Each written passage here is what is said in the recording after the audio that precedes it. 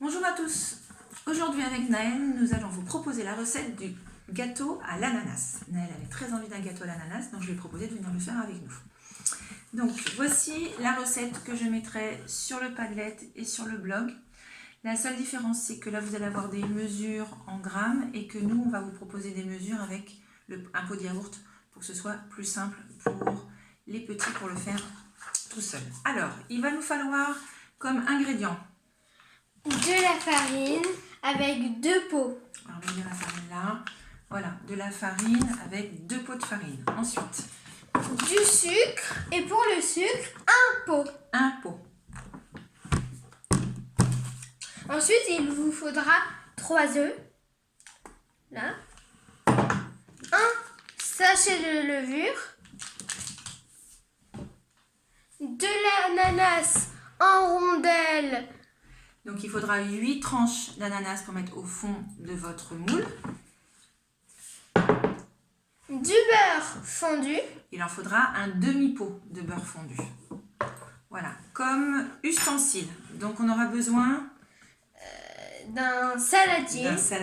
Donc, on va le laisser là parce que, on aura besoin d'un saladier. On aura besoin Un fouet. d'un fouet. Une cuillère en bois. Une cuillère en bois. Un moule. Et un moule à gâteau. Alors, pour commencer, dans votre moule à gâteau, vous allez aussi avoir besoin de caramel.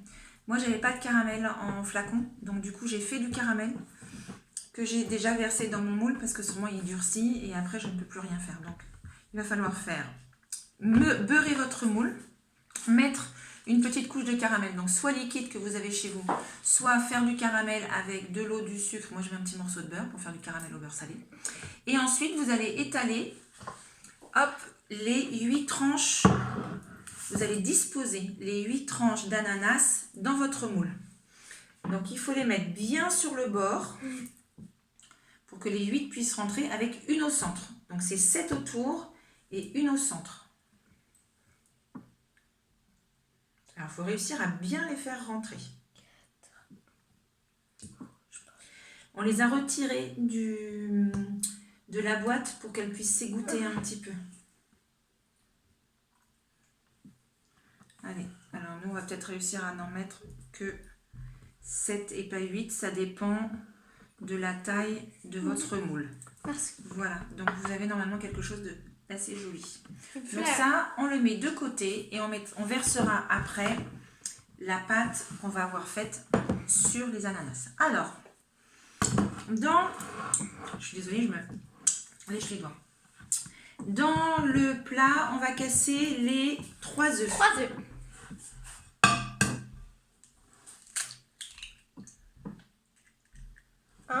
Allez, pose à côté, c'est pas grave. 2. Donc, vous avez vu, Naël tape légèrement sur le bord du saladier et ensuite il écarte, il y a un petit trou, il l'écarte avec ses doigts pour faire tomber l'œuf. Voilà, très bien. Il va aller se laver les mains parce qu'il a oublié de prendre un torchon et pendant ce temps-là, moi je vais commencer à battre les œufs avec le fouet.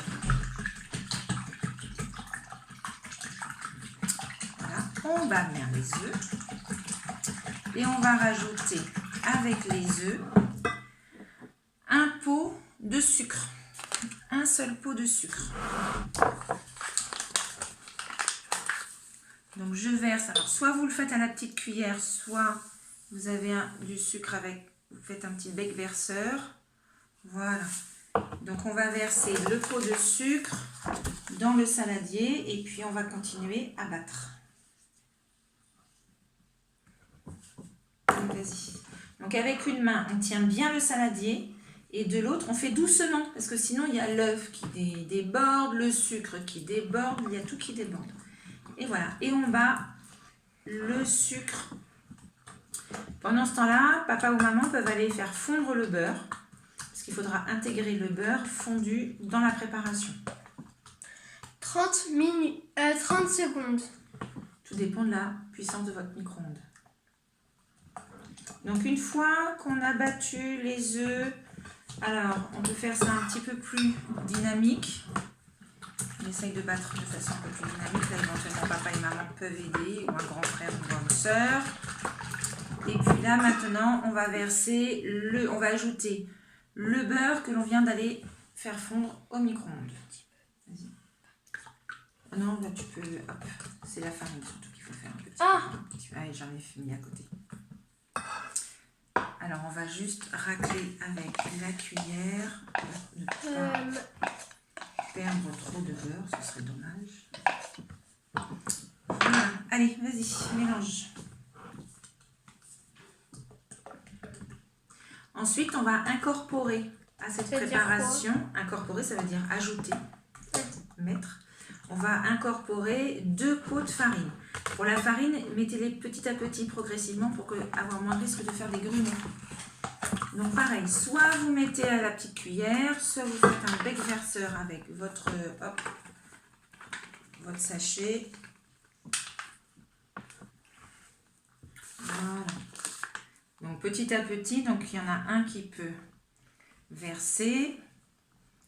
Pendant ce temps-là, l'autre peut mélanger, battre avec le fouet.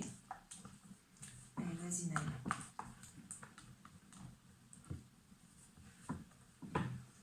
On ajoute petit à petit. Vas-y.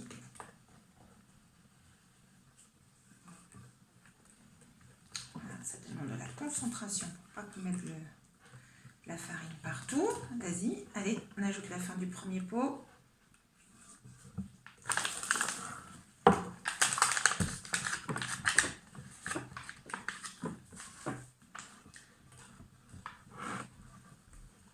Donc Naël prépare le second pot de farine qu'on va pouvoir ajouter. C'est pas grave. Allez, vas-y. Verse. Tu veux qu'on échange? Alors, je finis cette partie-là et puis après, on échange les rôles.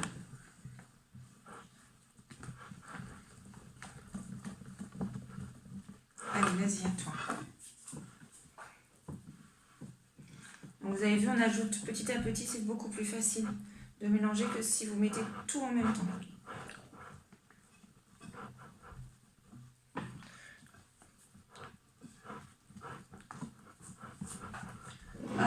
Vas-y. J'y vais doucement. Alors, plus il y a de la farine, plus c'est dur de mélanger et plus il faut là des muscles là pour mélanger. Hop, voilà, je mets la fin de la farine et je vais ajouter également, excusez-moi, je suis passée devant, le petit sachet de levure.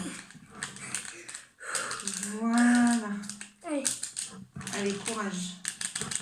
Tu avais envie de ton gâteau, donc il va falloir aller jusqu'au bout de la préparation.